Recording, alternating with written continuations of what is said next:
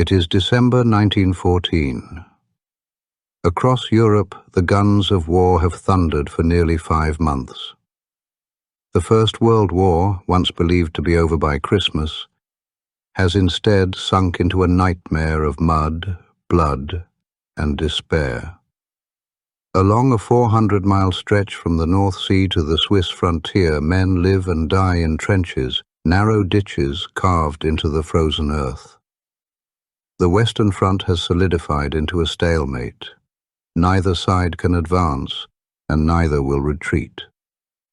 Between them lies no man's land, a wasteland of barbed wire, craters, and corpses. As winter tightens its grip, soldiers on both sides face a new enemy, the cold. Temperatures drop below freezing. Frostbite takes toes and fingers as readily as bullets take lives. In this bleak world, few imagine that Christmas will bring anything other than misery. Yet, in the most unlikely of places, something extraordinary is about to happen. By December, both the Allied and German armies have dug in. The British Expeditionary Force, the BEF, occupies a line through Flanders, Belgium. Facing them, the German army, equally entrenched. The early optimism of August 1914 is gone. Both sides expected a quick war, one of movement, of glory. But modern technology has made killing efficient. Machine guns, heavy artillery, and barbed wire have made the traditional charge across open ground suicidal. The war has ground into a stalemate. Commanders order small raids, artillery bombardments, and patrols into no man's land, but little changes. Letters from the front paint a grim picture. Men write of mud so deep it swallows boots whole, of rats, lice, and the stench of death. But they also write of camaraderie, of friendships forged in shared suffering. By late December, morale is low, supplies are short. Many soldiers have not seen a warm bed in months. Yet, even amid hardship, there are signs of Christmas. Families at home send parcels: chocolate, tobacco, tinned meat, knitted scarves, and candles.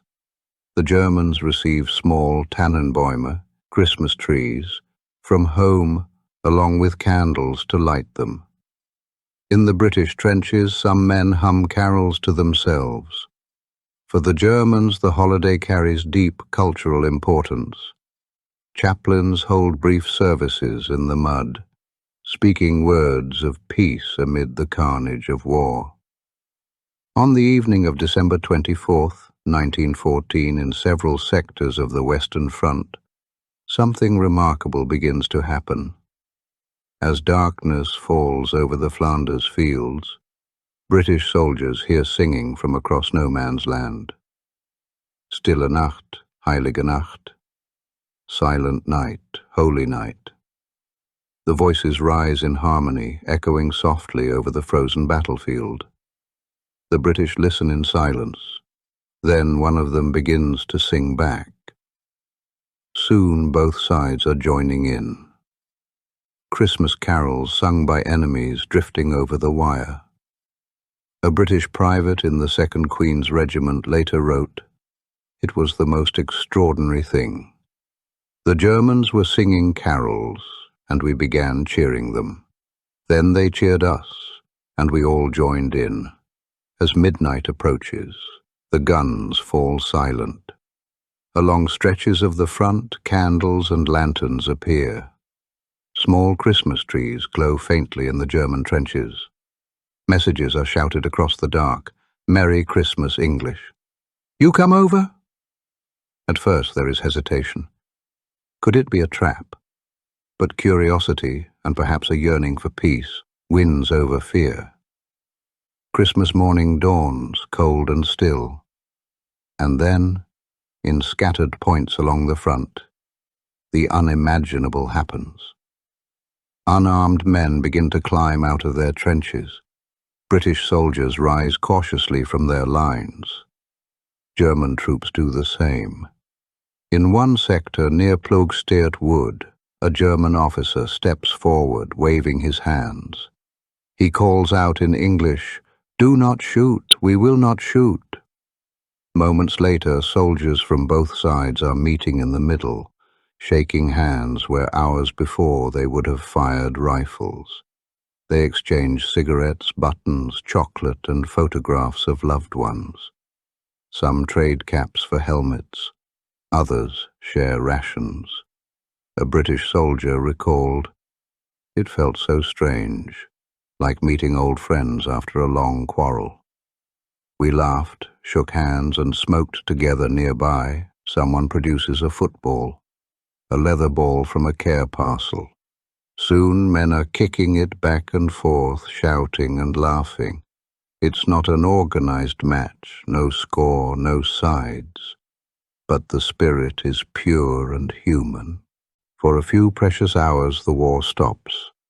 Men use the truce to bury their fallen comrades, lying frozen in no man's land. Joint burial parties form, British and German soldiers working side by side, paying respects to the dead.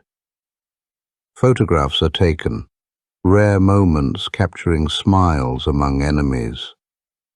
Letters written home that evening tell of disbelief. One British corporal wrote to his family, "Just think, while you were eating your turkey, I was out talking and shaking hands with the very men I've been trying to kill." But not all commanders approve. Some officers fear this will destroy discipline. Orders soon arrive from both sides forbidding further fraternization. By the evening of December 26th, the guns begin to fire again. The truce, as quickly as it came, fades into history. The Christmas Truce of 1914 was never repeated on the same scale. In later years, the war grew darker. Poison gas, tanks, and total war replaced the fleeting humanity of that day. But the memory endured. Historians call it an accident of peace, a spontaneous act of compassion that defied orders, logic, and propaganda. Across diaries and letters, one message echoes, that beneath the uniforms the soldiers were not so different after all. The truce revealed something profound, that even amid industrial slaughter, the human spirit still yearned for kindness. After the war, veterans often spoke of it with awe and sorrow. Many said it reminded them what they were fighting to preserve.